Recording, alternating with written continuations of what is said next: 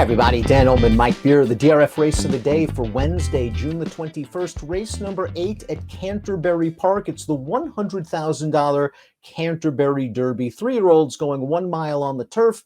Let's take a look at this field. Please scan or click the QR code for Race of the Day access on mobile, which includes free Formulator Pass performances. The one is One in Vermilion, and he's 6-5 on the morning line because he's simply the class of this race. He's already a multiple stakes winner, but he's never run on turf, Mike, and that's always a question at a short price. Yeah, it seems like it's really just all about whether he handles this surface or he doesn't, Dan. I don't think too many would argue with him being the most talented horse in the race, at least at this point. He's got the credentials behind him. He's also probably going to make the early lead here from his rail draw. Can he handle turf? He is the speed of the race, as we see from our Timeform US pace projector, and Timeform US believes this pace could heat up. You'll note the red bar, which denotes a fast pace. One in Vermilion expected to get to the lead. Golden Bandit, who made a successful turf debut in a maiden race last time out, might be up close, and if they're hitting hard early, the number 4, We Storm, I know this horse has only run twice, but you note by the LP flag over his number 4, Chiclet, he's got the fastest late pace rating, and he should be kicking in the stretch. It's probably the biggest danger in this race. Even if One in Vermilion can handle the turf course here, Dan, We Storm might be his most dangerous rival in here. I felt like the pace might just come down to One in Vermilion and perhaps the number 5, Happy Dancer, who was also making his turf debut here, but he's stretching way out. He showed really good speed in his debut as a 2-year-old.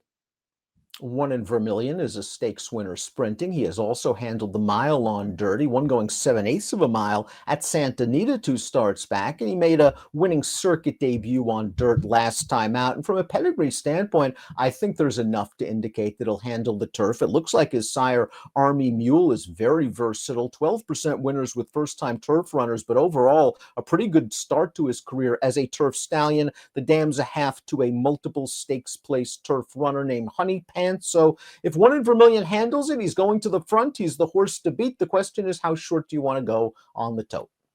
Yeah, exactly. We'll see what kind of price he's going to settle. He's going to be short. Yeah, I'm sort of mixed on his pedigree, Dan. I know the Army Mules so far have been okay on it. It's a pretty small sample still, so we'll see how that all plays out. This dam has one other foal to run on the turf. That horse was 0 for 5 on the grass, but ran okay on the surface. Was also much more of a claiming type of horse. So we'll see. I mean, to me, this horse isn't super bred to be better on the grass, but he may not have to be better to win this race.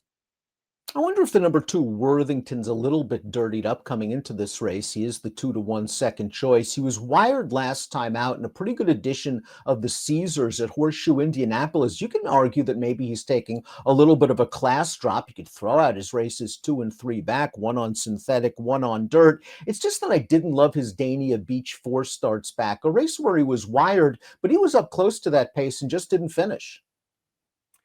I have the same concerns about him, Dan. I get that this is a better spot for this horse, and maybe that's all it will take for trainer Mike Maker. It's certainly the right race to run. And then I'm with you, though.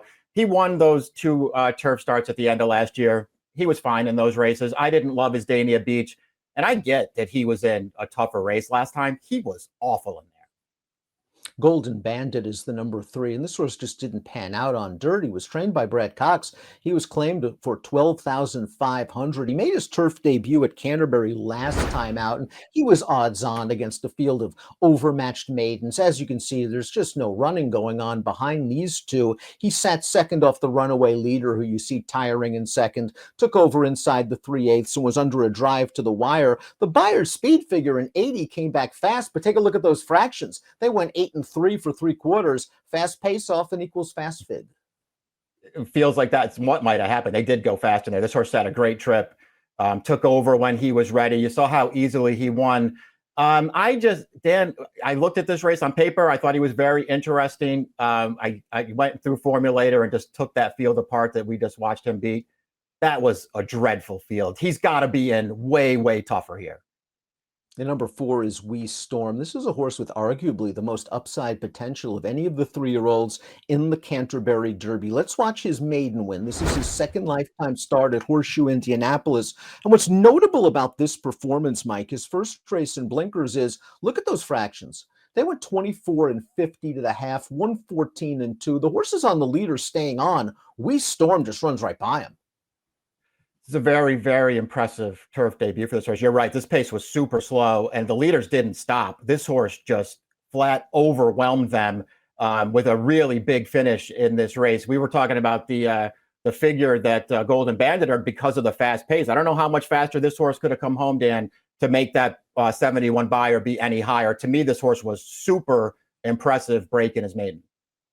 Happy Dancer is the number 5, as Mike mentioned earlier. He's a horse stretching way out in distance, and he could be a part of this pace picture as he makes his turf debut, and he's got some turf pedigree. I don't love the run happies on the turf, but this dam was a versatile horse, a stakes winner sprinting on the turf, and she's thrown some decent turf horses, grade 2 place turf miler Colton, Mississippi, stakes winning turfer Vanzi. So surface shouldn't be an issue. It's a question of how far he wants to go at this point in his career and if he's good enough.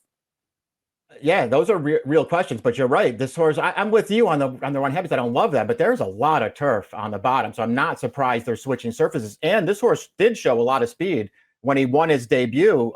His only start as a 2-year-old. He came off the layoff last time. They didn't even try to go forward. They took him off the pace in that race, but he still, I thought, ran pretty well and took a step forward.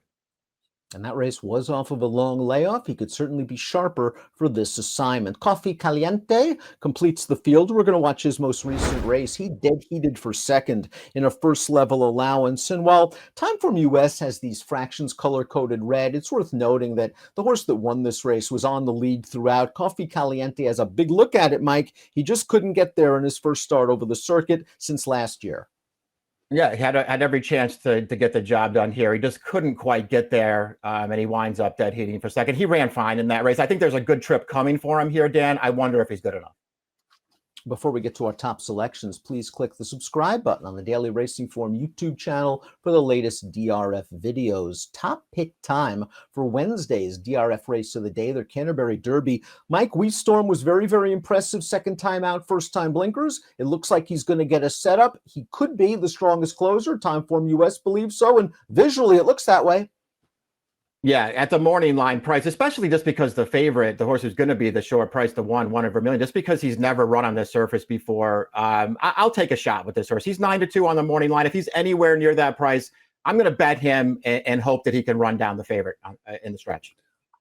I'm with you. I'm not really way against one in Vermilion. I just don't want to take too short a price on a horse trying something for the first time. Golden Bandit, the goal is hoping that maybe he's just a new horse on the turf and he doesn't get burned out chasing the pace. I am hoping that the 5 goes after the 1 and maybe Golden Bandit falls into a good trip, but he has a lot to prove as he steps up in class. I have to get every bit of that 6-1 and probably more. 3-1-6-4 for me. Mike's going with We Storm to upend one in Vermilion, who's the horse to beat in the Canterbury Derby.